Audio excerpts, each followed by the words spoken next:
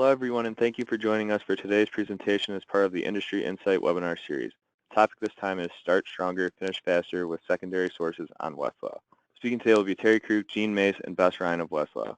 Terry Kruk is a Senior Director of Analytical Content Management at Thompson Reuters, focusing on content enhancements, infrastructure, and new project development.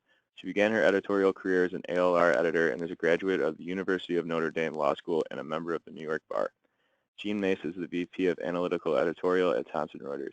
She works with outside authors and in-house editors to create and edit secondary source materials. She also began her editorial career writing ALR annotations and is a graduate of SUNY Buffalo School of Law. She's also a member of the New York Bar.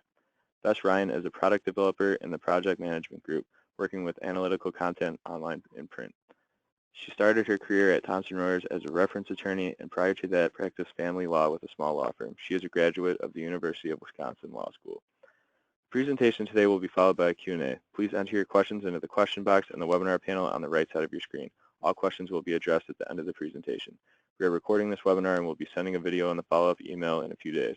We'll also post the video on our blog at www.lawtechnologytoday.org. Thank you all for joining us. We'll now begin the webinar. Okay, so this is Gene Mace, and welcome. We're happy to have you here. Let's move on to the first slide. We're going to talk a little bit about secondary sources. I think we can change that slide. Yep. Let's start with a quick reminder of what we mean when we say secondary sources. Remembering that primary law is made up of the actual language of the courts and legislative bodies, that is, the case opinions and statutes and regulations that are promulgated by the different branches of government. Secondary sources are the analysis of that primary law, the study and the review of primary sources, along with practical advice related to the interpretation and application of primary law. So examples include some of the products on this page, beginning with encyclopedias like Amjur in the upper left and annotations like ALR in the lower right, along with dictionaries and treatises and form sets. If you move to the next slide, Thomson Reuters, beginning in the late 1980s and through the last decade, acquired a trove of legal analysis from some of the finest imprints in the marketplace. This is not a comprehensive listing, but gives you an idea of the number of acquisitions and/or strategic relationships that we have formed over the years. If you take a look at this listing, you will see a variety of state-specific and niche publishers, which we have been able to pull together into a larger collection, creating a body of cohesive analysis through links and cross-references. On the next slide, you'll see what we talk about. When we say secondary source information or analytical information, we are referring to a variety of types of analysis. From broad-based theory to specific task-based functions, our information gives our customers a place to start their research or finish a particular task. And Terry, I'm going to turn it over to you. Thanks very much, Jean.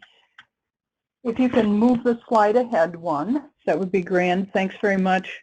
We have about 2,500 titles that are cited daily by lawyers, by practitioners, and most importantly by the courts themselves as authoritative decisions.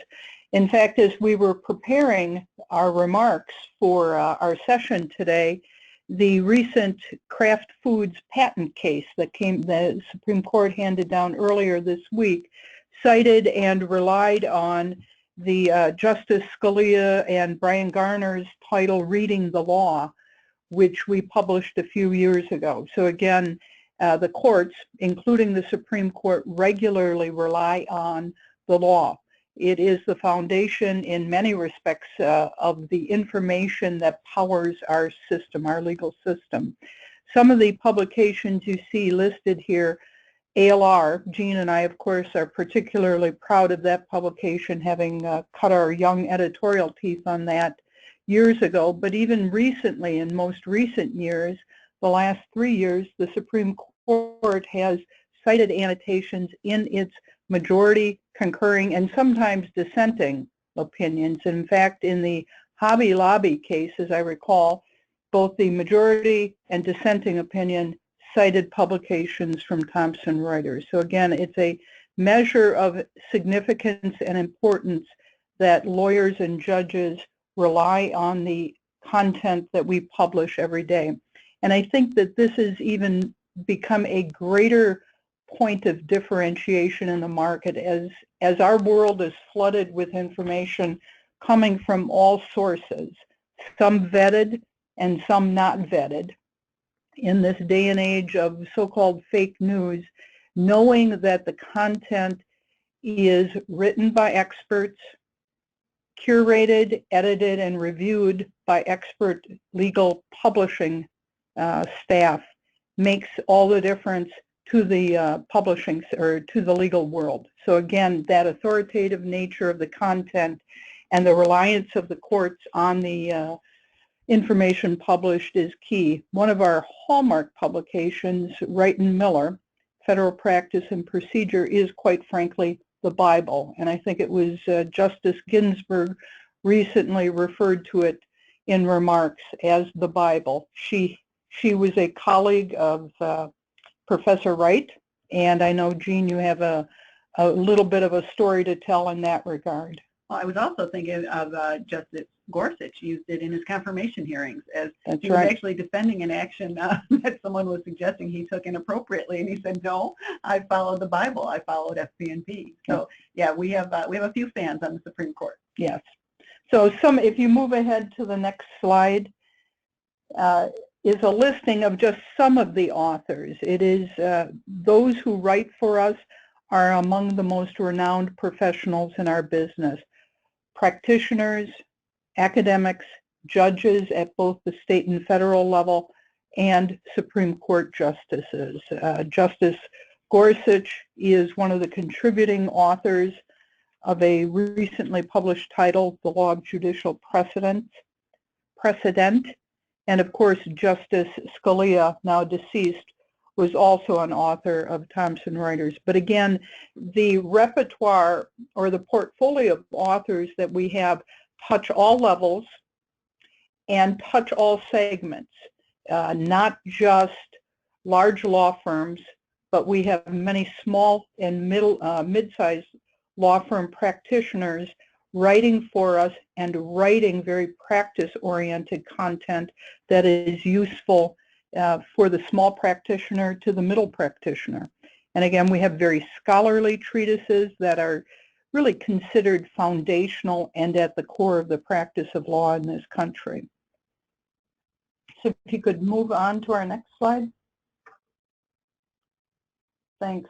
And just here's a view of where some of our authors work. As we mentioned, we have over 400 judges who write for us. They are at different, both at state and federal levels, including the Supreme Court, as I mentioned. In-house counsel, including such corporations as Wells Fargo and ING. Lawyers in all sorts of law firms, from the American Law top 100 down to small practitioners who are writing very solid practice-oriented content. And here's just a listing of a few of the leading firms from whom we receive author submissions on an ongoing basis, from McKinsey to White & Case to Sidley & Austin. I think of someone like Bob Haig, who is very involved in the ABA litigation section and who is a partner at Kelly Dry in New York City. He is one of our key authors in the commercial litigation arena, working with us on at least 3 different titles, and he helps to coordinate and manage well over 400 authors who send their submissions into him, and he in turn works with his attorney editor in our offices to curate and consolidate and provide a coherent view of commercial litigation practice, both at the federal level and at the New York State level. So again, the authorship is from a broad variety of places, not just academic, not just judicial, but practitioners.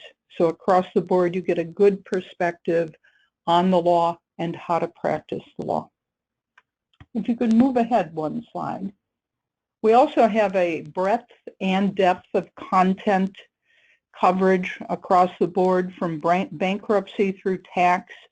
And as you see listed here are the primary practice areas that we publish analytical content in, as well as all 50 jurisdictions, with the exception of the handful that are listed. So not all 50, I correct myself. We have federal, international, and national coverage, and about, I think it's 38 of these states we publish analytical content in. So again, a wide variety of jurisdictions and a breadth and depth of analytical coverage in practice areas. So we, in addition to the practice areas, of course, we have exceptional encyclopedia type coverage, both at the state and national level through the state jurisprudences, as well as AmJur and CJS at the national level. So I'm going to turn it over to Bess at this point. Thank you so much, Terry and Jean, for that great overview of the substance of secondary source content that we provide at Thompson Reuters, and secondary source materials that we make available on Westlaw. And that I'm going to jump into our 5 tips for maximizing how you use secondary sources on Westlaw so that you're sure to get the most out of the content that we have available, because we have such a rich breadth and depth of content. There's a lot out there, and we want to make sure that our users are able to fully access and fully leverage those really robust resources. So we're going to talk about the new dynamic secondary sources page and how to leverage the filtering capability to really get to the content that you want to use for your research task. Using the type ahead or looking for this functionality to jump to specific titles and predefined collections of content, just to make the finding what you're looking for on Westlaw a little more seamless.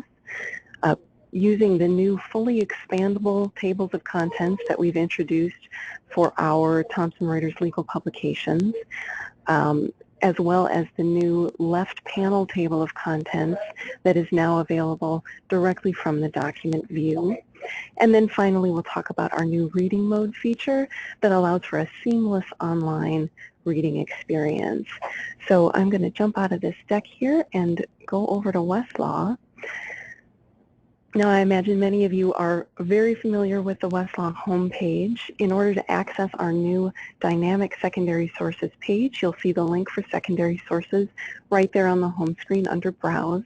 You can click on that to get to the new redesigned secondary sources page. And there are a couple of different enhancements that have been introduced here to really make this a more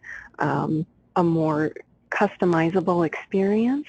So you'll see there's the favorites publication widget at the top that allows you to directly link to specific publications that you've added to your favorites.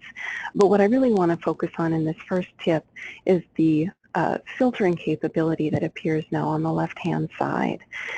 So this is, again, a dynamic page that you can tailor to your research task when you're starting out. So you'll see that the full breadth of our secondary source collection is available when you jump into the page. I've got 4,000 plus titles here that are listed. I can search from the top here and search across that entire collection of secondary sources if what I want is to start with a real broad search. But if I want to tailor my search to really suit my immediate research task, I can use these filters to narrow down that collection and really focus on the particular set of materials that's going to be relevant to my research. Filters can be applied one at a time, or they can be combined. You can select multiple topical areas, multiple jurisdictions. You can choose one or more publication type. We also have publication series filters available, so you can look at a collection like, the Massachusetts Practice Series or the Rudder Group publications and see them all together in one collection.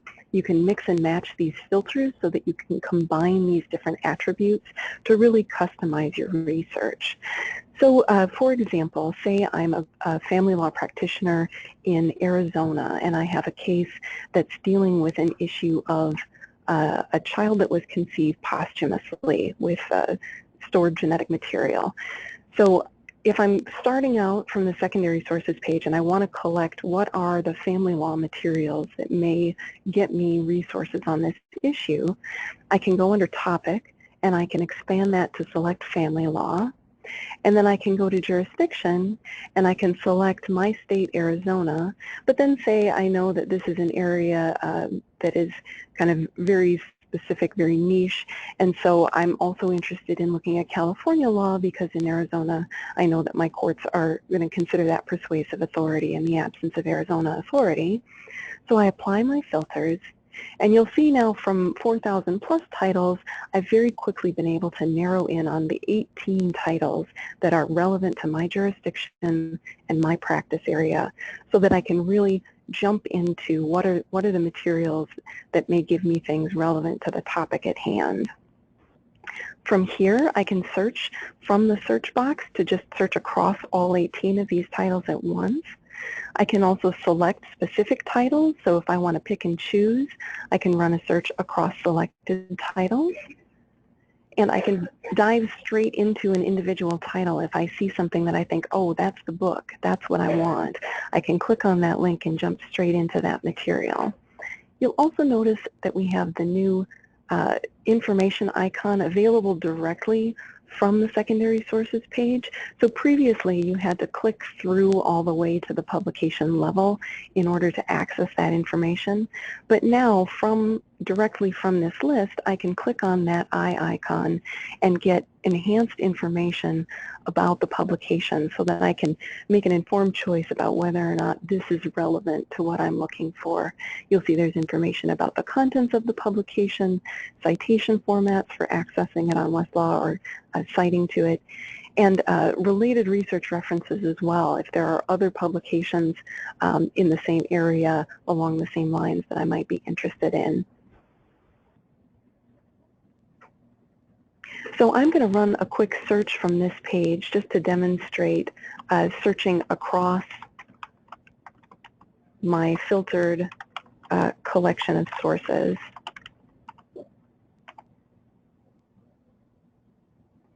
And now you'll see when I get to my search result list, it gives me a little truncated clip of what filters I've applied at the top to let me know, yeah, I'm searching across that filtered collection of secondary sources. Relevant materials are going to come up as always in the search result list, and you can use the further search results filter to narrow down if you want to really hone in on something more specific. From here, you can use the back button on your browser to return to the filtered secondary sources page. So if I go out of full screen view here and just click on back, you'll see that that takes me back to the secondary sources page, again, with those filters applied. You can also access your filtered searches through your history, and if I access that search through my history, again, that's going to give me the same results as when I had initially applied filters. Now if I jump back here to the secondary sources page, we talked about the different ways that you can use the filters on the left to customize your collection, but you can also use type ahead, so this is our tip number 2, to jump directly to a publication or to a predefined collection of materials to kickstart your research process. So this functionality is available from this search bar that is at the top of every page in Westlaw. You can always jump to this functionality. It's very familiar. This has been part of Westlaw for a long time, but there have been some enhancements to really maximize this functionality that have been introduced over the last year or so. So you can simply start typing what you're looking for. For example, if I want a treatise on evidence, if I start typing the word evidence,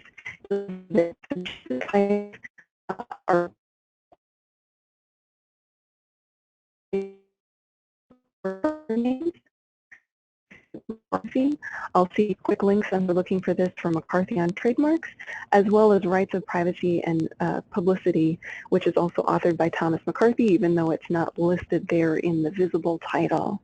But in addition to specific titles, I can use this looking for this type ahead functionality to jump to collections of content as well.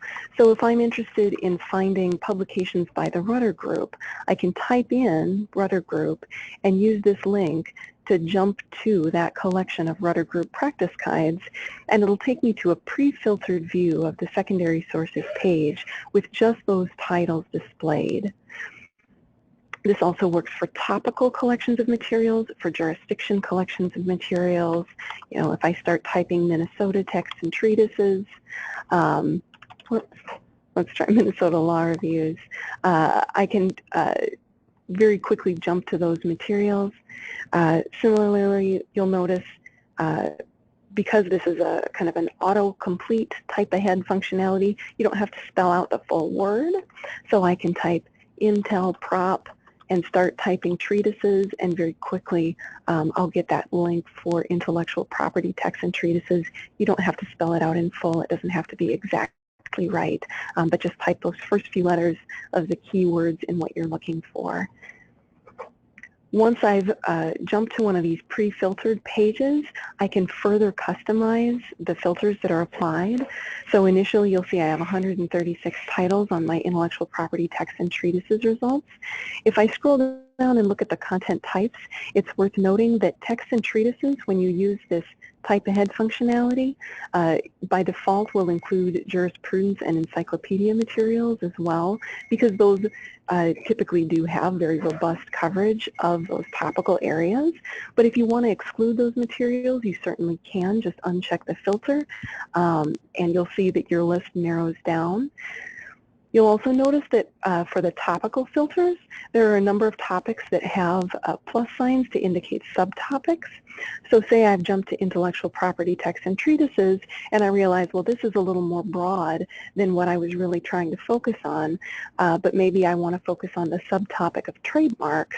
Again, I can just customize that filter, and when I apply that more specific filter, it'll further narrow down the collection of resources that I'm looking at. So from here, we'll jump into a specific title. So I'm going to go to McCarthy on Trademarks and Unfair Competition and take a look at the new enhanced table of contents functionality. So this is, if you are familiar with the former tables of contents, this is an enhancement that makes our table of contents fully browsable from the top level of the publication. So formerly, before this was introduced, if you went to the page for McCarthy on Trademarks, you would get a list of the chapters, but you would have to click into an individual chapter in order to continue browsing. So there was no ability to compare the contents of multiple chapters or to tailor your search to search just across, selected chapters within a publication. So this functionality really makes your ability to browse through the content and to tailor the results that you're delivering a lot more flexible. So for example, say I'm an attorney who has a client with a trademark trade dress issue where they have incorporated a certain color into their trademark, and I want to find out more information about kind of what's the state of the law on use of color in trade dress. So from this page, I can click on the plus signs next to chapters on trade dress and immediately browse what are the kind of relevant portions that I'm going to be interested in here. I can also select particular chapters or particular portions of a chapter or even specific documents to search across, and I can run a search from the top of the page. So if I search here for use of color, you'll see that I'm going to get results just from Chapter 7 and Chapter 8 per my selections. Now, in addition to this new fully browsable table of contents on the publication's homepage, if I jump into an individual document, you'll see that we also have a new contextual table of contents feature available from the individual document itself. So you can see it's available here if I'm accessing content through a search. It's available if you browse in, if you jump to a document from citing references or from any other access point. You'll see this left table of contents. This is collapsible, so if you're on a smaller format device or using a smaller screen, you can collapse that to expand your reading area and expand it back out again when you want to use it for navigation. The left table of contents is fully navigable, so you'll see that immediately it provides you with the context for the document that you're looking for. All of these links on the left can jump you to additional documents in that publication. So I can jump to the top of subpart 2 here to kind of start at the beginning. You can also click on these headers. So if I want to see what other Roman numeral subtopics here are available in Chapter 7, I can click on To Color, and I can see the other siblings at that level. Similarly, I can click on Chapter 7 to see what are the sibling chapters at that level. So you really can browse the full breadth of the publication without having to go to a new window or expand something in another separate viewing pane. It's immediately accessible right there from the document. And then finally, our fifth tip here that I want to demonstrate is our new reading mode enhancement. So say I'm interested now, okay, I've got my section on color that I want to start at, and I really want to read through this whole portion of the publication. Well, formerly you could click next section, and just sequentially load each document, you know, reloading the window every time. But now we've added this enhanced reading functionality where I can click on reading mode and enter this seamless online reading experience. So you'll see my table of contents still persists on the left. Again, it's fully navigable in this format as well. But if I start scrolling down, as I scroll, additional content just seamlessly loads on the page. So I don't have to navigate back and forth to multiple pages. I don't have to spend a lot of time waiting for the page to reload every time I want to view the next document. I can just seamlessly scroll down, and as I do so, this table of contents will track my location so that I can see where I am in the context of the larger publication. Now, if I want to jump back in the publication or forward, if I want to jump to another section, I can use these links on the left to jump to a specific individual section in the publication. When I use one of those navigation links in the table of contents, it will jump me back to the individual document experience. And so then if I want to go back and restart reading mode, I do have to re-click the reading mode button in order to again indicate, yep, I want to be back in that seamless reading experience.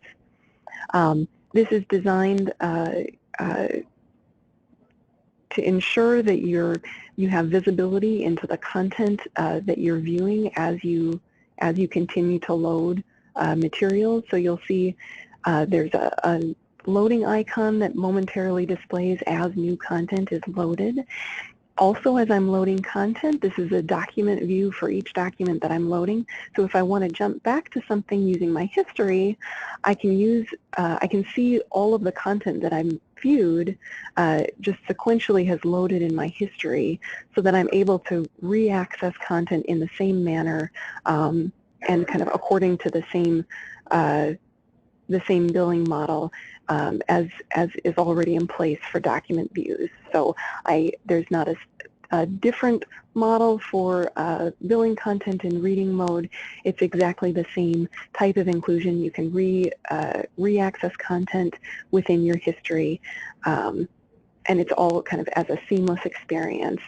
I should note that if content is out of plan, this will warn you, so there's no opportunity here to incur unintended charges. This is purely designed for your convenience as a reader and a researcher in order to let you better access and seamlessly view content sequentially, and just really offer a way to kind of maximize your experience of being able to view content in context.